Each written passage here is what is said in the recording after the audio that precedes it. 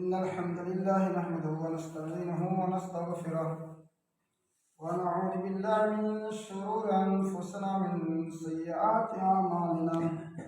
من يهده الله فلا مضل له ومن يضلل فلا هادي له، وأشهد أن لا إله إلا الله وحده لا شريك له، وأشهد أن محمدا عبده ورسوله أرسله بالحق بشيرا ونذيرا. أما بعد، أعوذ بالله من الشيطان الرجيم.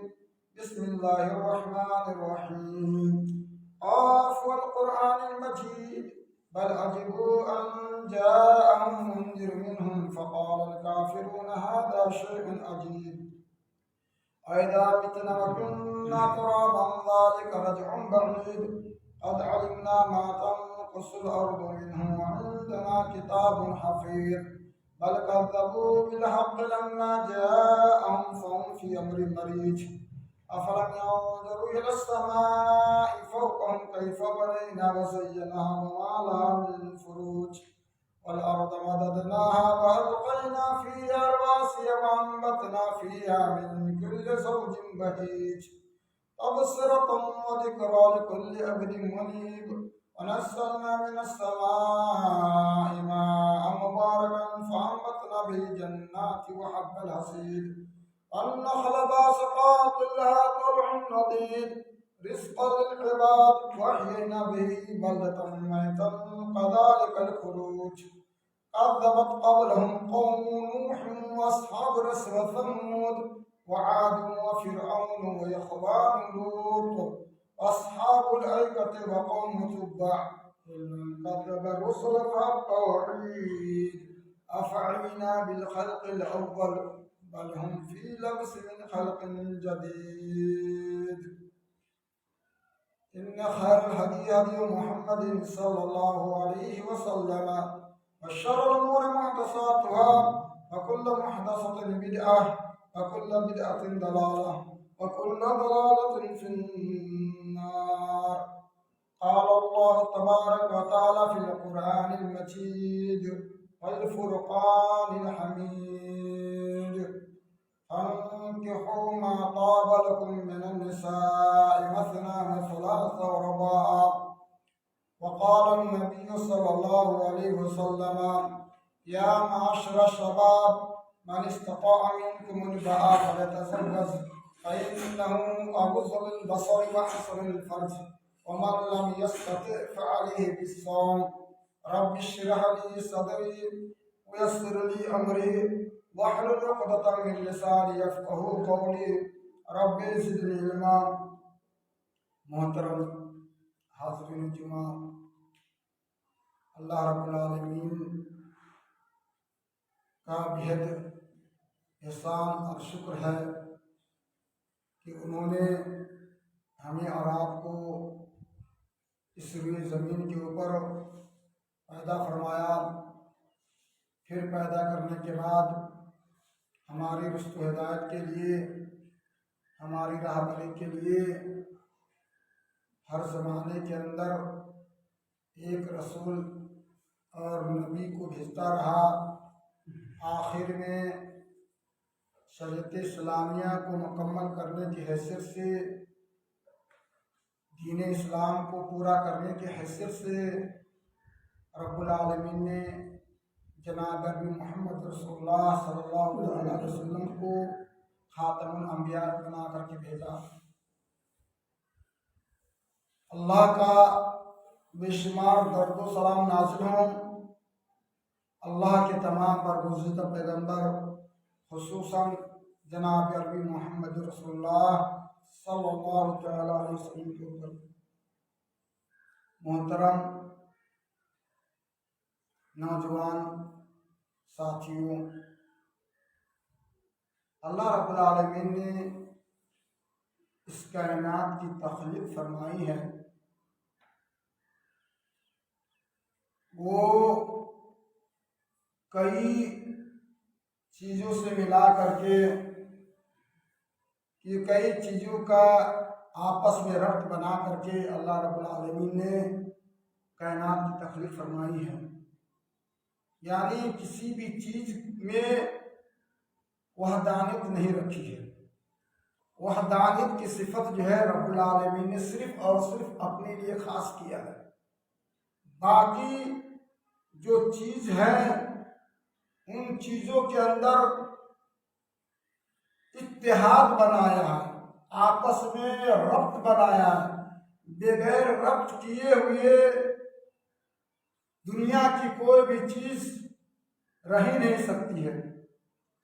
ہم دیکھتے ہیں، ہم جس گاڑی پہ سوار ہوتے ہیں اس گاڑی کے اندر کتنے اجزاء ہیں، انجن ہے، ڈبہ ہے، پھر انجن کے اندر جو اجزاء ہے، جو چھوٹے چھوٹے پارٹس ہے، کئی پارٹس مل کر کے، کئی ڈبے مل کر کے، کئی چکی لگانے کے بعد جا کر کے ایک گاڑی تیار ہوتی ہے اور آدمی اس گاڑی سے فائدہ اٹھاتا ہے۔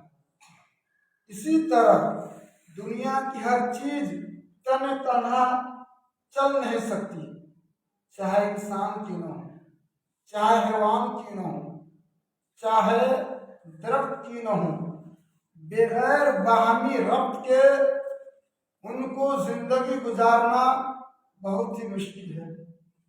اسی لیے تخلیق کی باہمی تسلسل کے لیے اللہ رب العالمین نے ایک سسٹم بنایا کہ دنیا کیسے برقرار رہے گی، دنیا کیسی چلے گی۔ ہر مخلوق کے اندر ایک سسٹم، ایک انتظام پیدا کیا اور اس انتظام کا نام شریعت اسلامیہ نے نکاح رکھا ہے۔ یعنی انسان اپنی نسل کو بغیر نکاح کیے ہوئے اپنی نسل کو برقرار نہیں رہ سکتا۔ یا جو چرند و پرند ہے یا جو جانور ہے، ان دونوں میں جو نر اور مادہ ہے، بغیر اس دونوں کو پیدا کیے ہوئے اس کا وجود اللہ رب العالمین نہیں رہ سکتا ہے۔ بس اوقات کبھی کبھی اللہ رب العالمین بطور معجزہ کے کسی کو نر ہی سے پیدا کر دیا، جیسے مادہ ہی سے پیدا کر دیا تھا، تو عیسیٰ کی تخلیق ہے تو بس اوقات اللہ رب العالمین کے معجزات میں سے، اللہ رب العالمین کی قدرت میں سے اور خاص کسی طور پر ابھی بھی کسی مذہب اتنا خوبصورت نظام جو شادی بیواہ کا نظام جو رکھا ہے، وہ صرف اور صرف آپ کو اسلامک ریلیجن کے اندر آپ کو ملے گا، شریعت اسلامیہ کے اندر ہی ملے گا، باقی کسی اور مذہب کے اندر نہیں ملے گا۔ اس لیے دنیا کے تمام مذہب، تمام دین، تمام دھرم ادھورا ہے، مکمل نہیں ہے، کیونکہ اتنی بڑی دولت تو اس دھرم کے اندر دور دور تک موجود نہیں ہے۔ تو اتنا بڑا جو سسٹم ہے، بغیر سسٹم کے لائے ہوئے جب دنیا نہیں چل سکتی ہے، بھلا اس دھرموں کے اندر جب اس طرح کا نظام نہ ہو تو بھلا وہ دھرم مکمل کیسے ہو سکتا ہے؟ اس لیے بہت سے ودوان، سائنسدان، سائنٹیفک آدمی کتابوں کا ادھین کر کے، کتابوں کا اسٹڈی کر کے، دھارمک کتابوں کا مطالعہ کر کے وہ آخر اسلام سویکار کرنے پہ مجبور ہو جاتا ہے، آدمی اسلام قبول کرنے پہ مجبور ہو جاتا ہے۔ یہی وجہ ہے ہم دیکھتے ہیں یہاں عیسائیت کے اندر شادی کا تصور ہی نہیں ہے۔ کہا کہ روح کو برقرار رکھنے کے لیے آپ کو تجرد اختیار کرنا ضروری ہے، بغیر تجرد اختیار کیے ہوئے یعنی بغیر تنہائی رہے ہوئے آپ اللہ کو پا نہیں سکتے۔ یہ بالکل بھونڈا تصور ہے، یہ عقل سے لگتی ہوئی بات ہے ہی نہیں ہے۔ عیسائیت کے اندر کہا گیا، ان کے اندر جو ہے جو نن ہے، جو عورتیں بغیر شادی شدہ کے جو ہے مر جاتی ہے، وہ پوتر مانی جاتی ہے اور اس کو مقدس ترین جو مانا جاتا ہے۔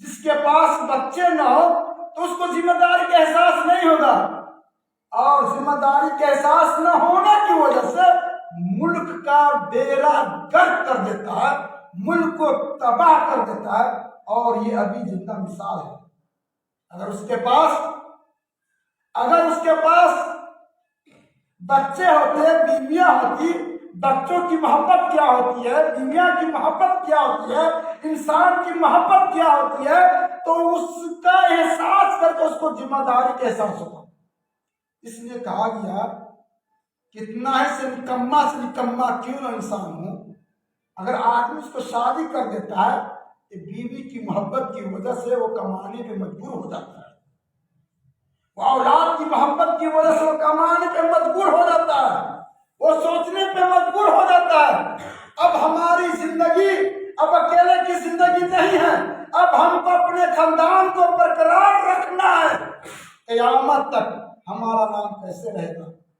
تو گویا کہ انسان کو نام برقرار رکھنے کے لیے، انسان کو اپنا وجود برقرار رکھنے کے لیے بغیر شادی کا ممکن ہے، ناممکن ہے، یہ سمبھو ہے، بغیر شادی کا نہیں کر سکتا۔ شادی اس کو رچانا ہوگا، تب جا کر کے اس کی ہستی جو ہے ہمیشہ ہمیشہ رہ سکتی ہے۔ اس لیے کہا گیا ہے النکاح نصف ایمان، اللہ کے نبی حضرت محمد رسول اللہ صلی اللہ علیہ وسلم نے کہا کہ نکاح جو ہے آدھا ایمان ہے، یعنی کنواروں کا ایمان ادھورا ہوتا ہے، اور جیسے ہی جو ہے نکاح کر لیتا ہے اس کا ایمان جو ہے پورا ہو جاتا ہے۔ کیوں کہا کہ ادھورا ایمان ہوتا ہے؟ اس لیے اللہ رب العالمین نے انسان کو وہ فطرت عطا کیا، جنسی فطرت جس کو کہتے ہیں، بغیر اس کو تکمیل کیے ہوئے رہ نہیں سکتا۔ تو بغیر آدمی نکاح کیے ہوئے اپنی جنسی خواہشات کو تکمیل کرے گا تو ایمان اس کا جو ہے ادھورا ایمان ہوتا ہے، اس کا ایمان نہیں ہوتا ہے، اور اس کے نتیجہ میں جو ہے انسان جو ہے جہنمی بن جاتا ہے، انسان نرکی بن جاتا ہے، اس گناہ اس پاک پڑھنے کی وجہ سے۔ اس لیے اتنا بہترین سسٹم اللہ رب العالمین نے رکھا، چونکہ یہ شریعت اسلامیہ یہ کسی اور کا خود ساختہ قانون نہیں ہے، یہ کسی اور کا بناوٹی قانون نہیں ہے، یہ قانون ہے تو اللہ رب العالمین کا ہے جو کائنات کو چلا رہا ہے، اس کی طرف سے یہ سسٹم لایا گیا ہے۔ تو بہترین طریقہ جو بتایا ہے کہ نکاح ہے، نکاح کر لے، اس کے بعد میں نکاح کرنے کے بعد میں جو ہے انسان کے ساتھ جتنے جو ہے مسائل ہوتے ہیں وہ سارے مسائل جو اللہ رب العالمین نکاح کی برکت سے جو ہے ختم کر دیا۔ آئیے شریعت اسلامیہ میں جو سسٹم رکھا ہے تو سسٹم صرف بنا کر کے چھوڑا نہیں ہے، بلکہ سسٹم کو کیسے برقرار رکھا جائے اس سسٹم کو بھی شریعت اسلامیہ میں لا دیا ہے۔ کہا کہ نکاح کا طریقہ جو ہے معاشرے کے اندر آسان کرو تاکہ معاشرے میں پھیلی برائی کا دروازہ سد باب ہو سکے، معاشرے میں پھیلی گندگی پر بین لگایا جا سکے، معاشرے سے گندگی جنا جیسی گندگی کو جو ہے خاتمہ کیا جا سکے۔ تو کہا کہ نکاح کو آسان کرو۔ آج معاشرہ جو تباہ ہے ایک وجہ یہ ہے کہ مسلمانوں نے نکاح کو مشکل سے مشکل بنا دیا ہے، جس کی وجہ سے نہ ان کی ماں بہن بیٹیاں محفوظ ہے، نہ معاشرہ محفوظ ہے۔ یہ انسانوں کی کرتوت ہے، یہ انسانوں کے ہاتھوں کی کمائی ہے۔ وَمَا أَصَابَكُم مِّن مُّصِيبَةٍ فَبِمَا كَسَبَتْ أَيْدِيكُمْ، انسان کے اوپر جو مصیبت آتی ہے یہ نکاح کو مشکل بنا دیا ہے، رسم و رواج کی ادائیگی کی شکل میں۔ حالانکہ نکاح کو اتنا آسان کہا گیا ہے کرنے کے لیے، کہا کہ جس کے پاس صرف ایک وقت کا کھانا ہے اور بیوی کو کھلا سکے، ایک وقت کا کھانا دے سکے، کہ کہا گیا کہ تم اس کا نکاح کروا دو۔ اللہ رب العالمین کو ختم کر رہی ہوتی ہے، گھر میں بیٹھی رہتی ہے، کوئی دیکھ کے کرنے والا نہیں ہوتا ہے۔ وہ شادی کو غیر قوم بھی جو جاگ اٹھی ہے، یہ جو ہے عقل سے لگی ہوئی بات نہیں ہے، طرح طرح ہر طرف جو ہے مہم چلا رہا ہے، جہیز مٹاؤ بیٹی بچاؤ، جہیز مٹاؤ بیٹی بچاؤ۔ اور آج مسلمانوں کا بیڑا غرق ہو چکا ہے کہ اس چیز پہ جو ہے رکھا ہوا ہے۔ جہیز دیکھنے میں تو عربی شبد لگ رہا ہے، لیکن یہ عربی شبد نہیں ہے۔ یہ عربی شبد جو آتا ہے، یہ آتا ہے جہاز، جیسے جہاز المیت کہا جاتا ہے، جہاز المسافر کہا جاتا ہے، یعنی مسافر کا سامان۔ مسافر وہ اتنے ہی سامان لے کے جاتا ہے جتنی اس کو ضرورت پڑتی ہے۔ یا جہاز المیت، مردوں کے جو ہے جو ضروریاتی جو چیزیں ہوتی ہے، جو مختصر سامان جس سے اس کا جو دفنانے کا کام آ جائے، قبر کھودنے کا کام آ جائے، یہ مختصر کہا گیا ہے۔ یہ چیز ہے کہا کہ دیکھو مومن ہے اور اخلاق مند ہے، اس وہ بالکل مسافر ہے، غربت کچھ نہیں ہے، لیکن تم مالدار ہو، بیچارہ خوش اخلاق ہے، اچھا ہے، آپ کو جو ہے یہ یاد ہے کہ کچھ ہماری بچیاں کو کھلا سکتے ہیں، تو آپ اس کو جو ہے کچھ دے کر کے آپ اس کی شادی کروا دیجیے اس لڑکا سے۔ یہاں تک جو جائز ہے، بحالت مجبوری دولہے کو لڑکی والوں کی طرف سے کچھ دینا، ہدیہ تو پتن بحالت مجبوری، تو یہ ایک سنت ہے۔ اللہ کے نبی محمد رسول اللہ صلی اللہ علیہ وسلم نے اپنی آخری بیٹی فاطمہ رضی اللہ تعالیٰ عنہ کی شادی اپنے خود کفیل بچہ علی رضی اللہ تعالیٰ عنہ سے کروا دی۔ یعنی چچیرا بھائی ہے علی رضی اللہ تعالیٰ عنہ، چچیرا بھائی ہے اور ابو طالب کے لڑکے ہیں۔ چونکہ وہ لوگ ہجرت کر کے آئے تھے، ان کے پاس کچھ تھا ہی نہیں ہے۔ خود علی رضی اللہ تعالیٰ عنہ محمد رسول اللہ صلی اللہ علیہ وسلم کے گھر میں جو ہے کفارت دیتے تھے۔ اللہ کے نبی محمد رسول اللہ صلی اللہ علیہ وسلم سے فرمان جو ہے علی رضی اللہ تعالیٰ عنہ کرواتے تھے۔ آپ صلی اللہ تعالیٰ علیہ وسلم نے چچا کی محبت میں، چونکہ ان کے باپ کی بہت بڑی قربانی تھی ابو طالب کی، کہ جب تک زندہ رہے محمد رسول اللہ صلی اللہ علیہ وسلم کو اپنی جان سے زیادہ چاہتے رہے، ان کو ہدایت نہیں ملی، اسلام قبول نہیں کیے۔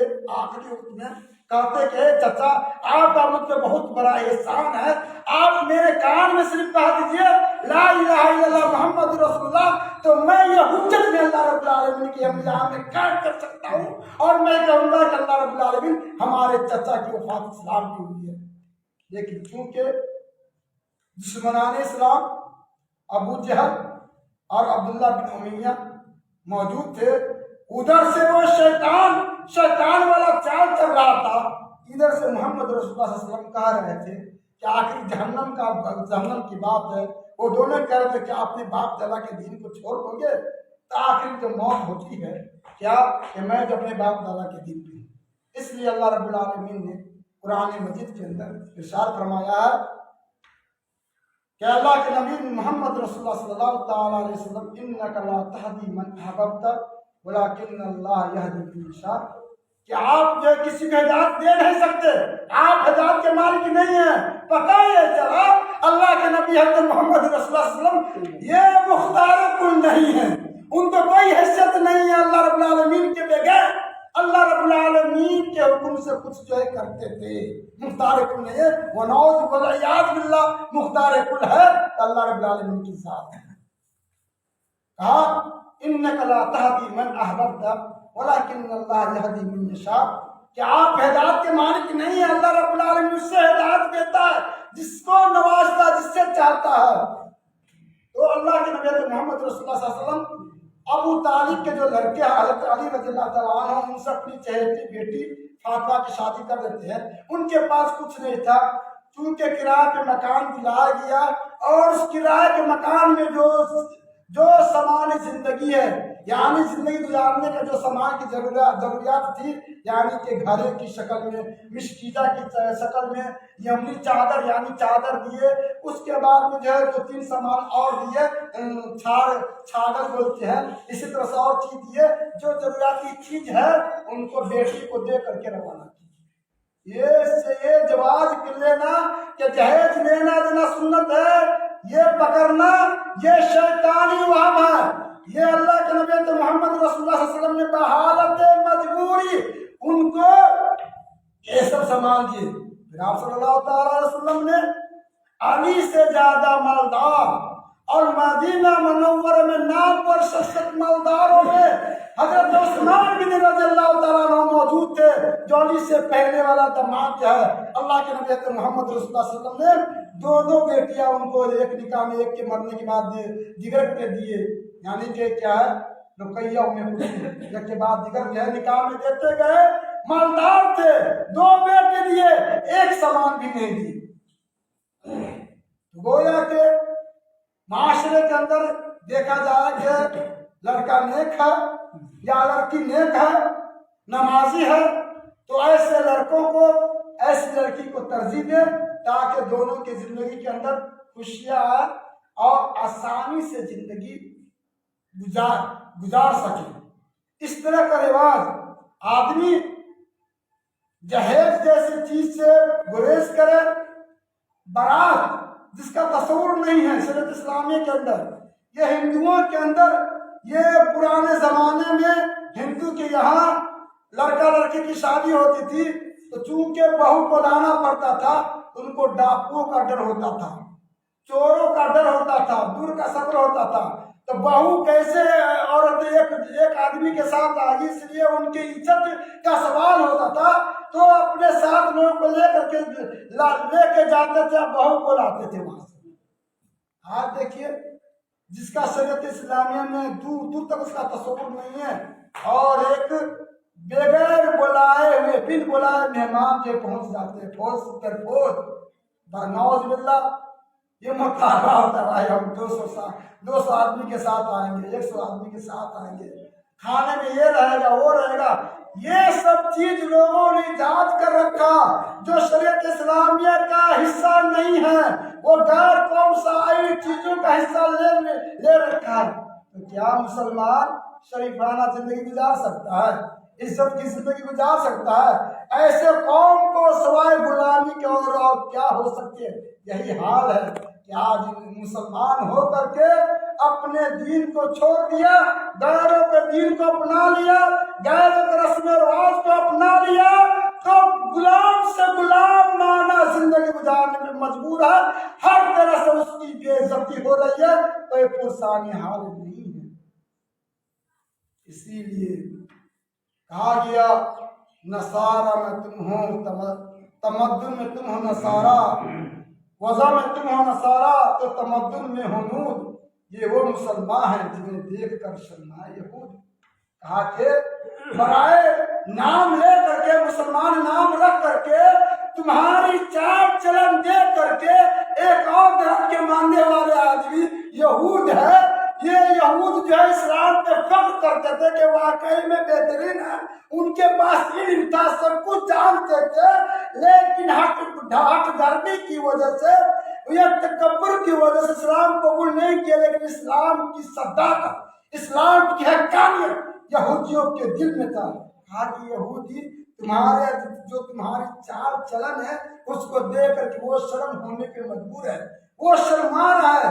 کہا کہ تمدن میں، تہذیب و تمدن میں تم نصارہ کا کلچر اپنائے ہوئے ہو، اور جو رسم و رواج ہے ہندوؤں کا رسم جو اپنائے ہوئے ہو، اسی لیے جو ہے شاعر نے کہا تھا وضع میں تم ہو نصارہ تو تمدن میں ہو نور۔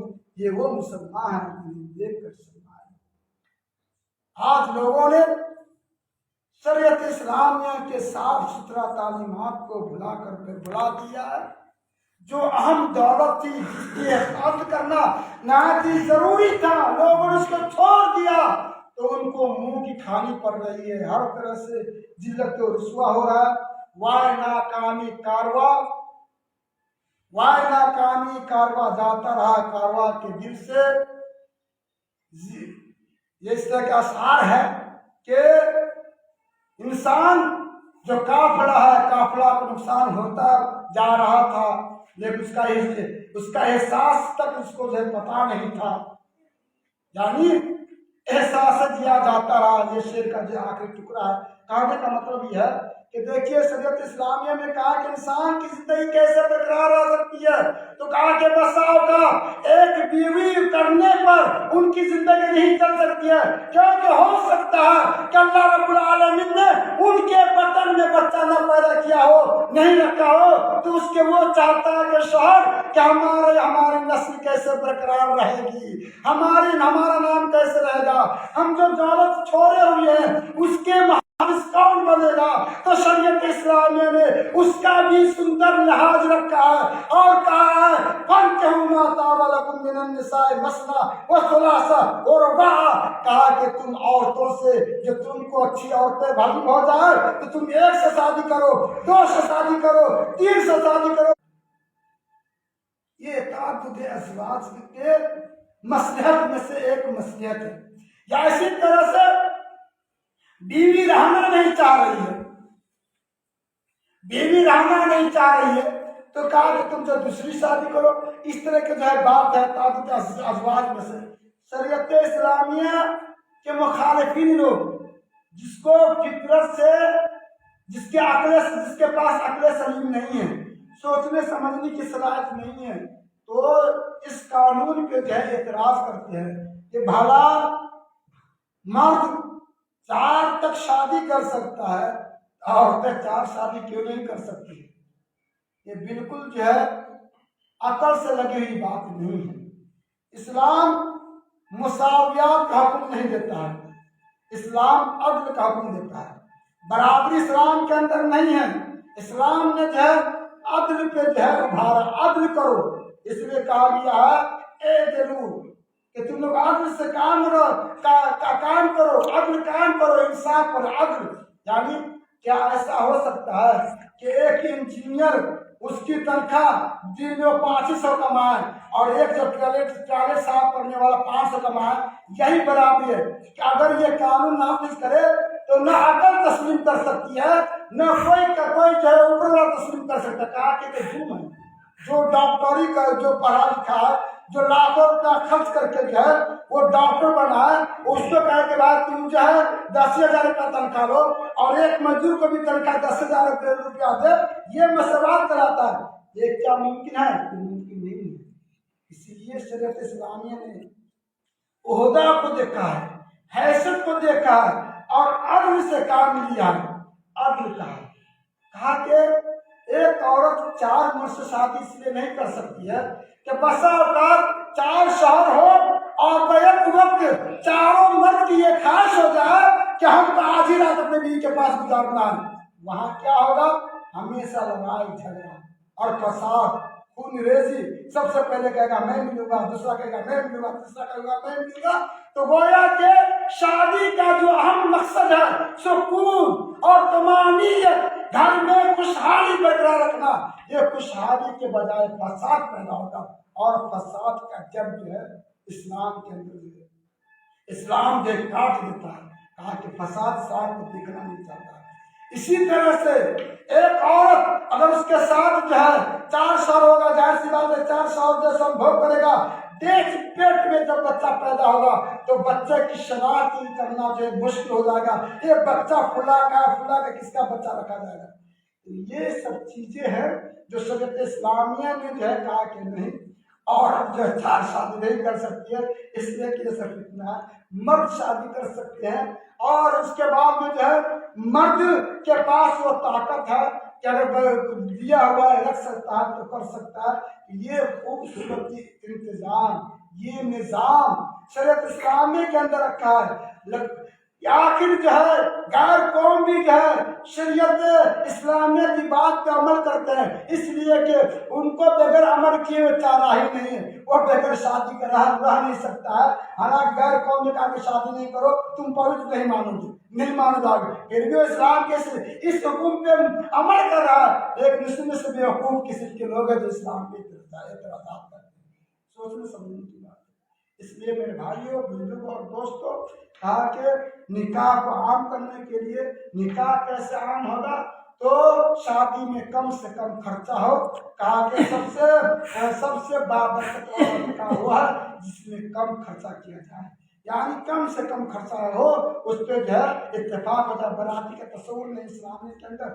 دیکھیے اللہ کے نبی محمد رسول اللہ صلی اللہ علیہ وسلم کے زمانے میں عبد الرحمن بن عوف، اللہ کے نبی محمد رسول اللہ صلی اللہ علیہ وسلم کے پڑوسی عبد الرحمن بن عوف، یعنی کہ وہ کچھ نہیں لے کے آئے تھے، اور اللہ کے نبی محمد رسول اللہ صلی اللہ علیہ وسلم نے آپس میں بھائی چارہ کہا. انصار مہاجرین کے بیچ، انصار مہاجرین کے بیچ، کیونکہ مہاجرین جو مکہ والے تھے سب کچھ چھوڑ کر کے اسلام کے خاطر آ گئے، اور یہاں اسلام کو کے مدینے والے انصار وہ لوگ مالدار تھے اور کچھ ان کے پاس پراپرٹی تھی، تو وقتی طور کے لیے کہا کہ تم لوگ بھائی چارہ نہیں کہ رشتہ کام کر دیا کہ تم لوگ بھائی، اس کا بھائی اس کا بھائی اس کا بھائی بنا دیا. عبد الرحمن بن عوف کو جو ہے ایک صحابی کے ساتھ جو ہے بھائی بنا دیتا ہے. اس کے بعد میں جو ہے وہ کہتا ہے، وہ صحابی کہتا ہے کہ اے عبد الرحمن بن عوف، آپ ہمارے بھائی ہو گئے، ہمارے بھائی کے مانند ہو گئے. دیکھیں کہ میری یہ بیویاں ہیں، جو بیوی آپ کو بھل اچھی لگے آپ ہم کو حکم دے، اس بیوی کو میں طلاق دے دیتا ہوں، اور میں اپنی بیوی کو میں جو ہے آپ کے حوالہ میں کر دیتا ہوں طلاق دے کر کے، اور یہ میرا جو مال ہے آدھا مال آپ کے لیے، کیونکہ بھائی کا حصہ میں آدھا حصہ ہوتا ہے. اللہ کے نبی نے حکم فرما دیا تھا، کہا کہ بارک اللہ فی اولادکم و اموالکم. عبد الرحمن بن عوف نے کہا کہ اے میرے بھائی، اللہ تعالیٰ آپ کے مال میں، آپ کی اولاد میں مزید برکت دے. دلونی علی سوق، لیکن آپ ہم کو جو ہے کسی بازار کا راستہ بتا دیجیے، کسی مارکیٹ کا راستہ بتا دیجیے. تو وہ راستہ بتا دیتا ہے اس کا بھائی. اس کے بعد وہ بیچارہ عبد الرحمن بن عوف جو ہے تجارت کرنا شروع کر دیتے ہیں، اور جو بھی مٹی چھوتے تھے، یعنی کہ اپنی زبان میں کہتے ہیں وہ سونا بن جاتا تھا، یعنی کہ بہت مالدار ہو گئے. یعنی کہ مدینہ کے امیر ترین شخصیت میں سے عبد الرحمن بن عوف کی زندگی کٹنے لگی. اب مالدار ہو گئے، اب اتنے بڑے مالدار آدمی وہ شادی کر لیتے ہیں، اور جو ہے اللہ کے نبی محمد رسول اللہ صلی اللہ علیہ وسلم کے پاس آتے ہیں ملنے کے لیے. تو آپ کے جسم پہ جو کپڑا ہوتا ہے وہ زردی مال ہوتا ہے، جس کو ہم لوگ آپٹن کہتے ہیں، یعنی کہ جو ہے جس کے اوپر جو ہے یعنی کہ جو آپٹن یعنی کہ زردی مال کپڑا ہوتا ہے. اللہ کے نبی نے کہا کہ ٹھیک ہے، کیا حال ہے، تم کیا بنا رکھے ہو؟ کہا کہ اللہ کے نبی میں نے تو شادی کر لی ہے. کہا بات شادی کر لی اور مجھے بلایا بھی نہیں. دیکھیے دوسرا آدمی ہوتا تو منہ پھلا لیتا، کہتا کہ نہیں، کہا کہ کوئی بات نہیں، اور یہ شریعت کا ہے، یہ اصل نکاح اسلام ہے. نہ براتی کا تصور، نہ کسی چیز کا تصور. اور بھلا بتلائیے براتی لے جانا افضل کام ہوتا تو مدینہ کے اندر سب سے بہترین شخصیت جناب نبی محمد رسول اللہ صلی اللہ علیہ وسلم موجود تھے. اللہ کے نبی محمد رسول اللہ صلی اللہ علیہ وسلم کو حکم دیتے اور کہتے کہ چلیے دیکھیے. وہ شریعت اسلامیہ نے کہا کہ لڑکی والوں سے کچھ لینا نہیں ہے، آپ جو ہے ہدیۃً، لڑکا غریب ہے کچھ نہیں ہے تو آپ بطور احسان اس کو کچھ دے سکتے ہیں، یا گھر والوں کو تجویز کے لیے کچھ جو حد تک جو دے سکتے تو ہدیہ یہ دے سکتے ہیں. لیکن ڈیمانڈ کرنا، کھانے کی کوالٹی پہ جانا، اس طرح کی بات کرنا اسلامی تصورات سے باہر ہے. کہا کہ ولیمہ کرو، اس لیے ولیمہ واجب ہے.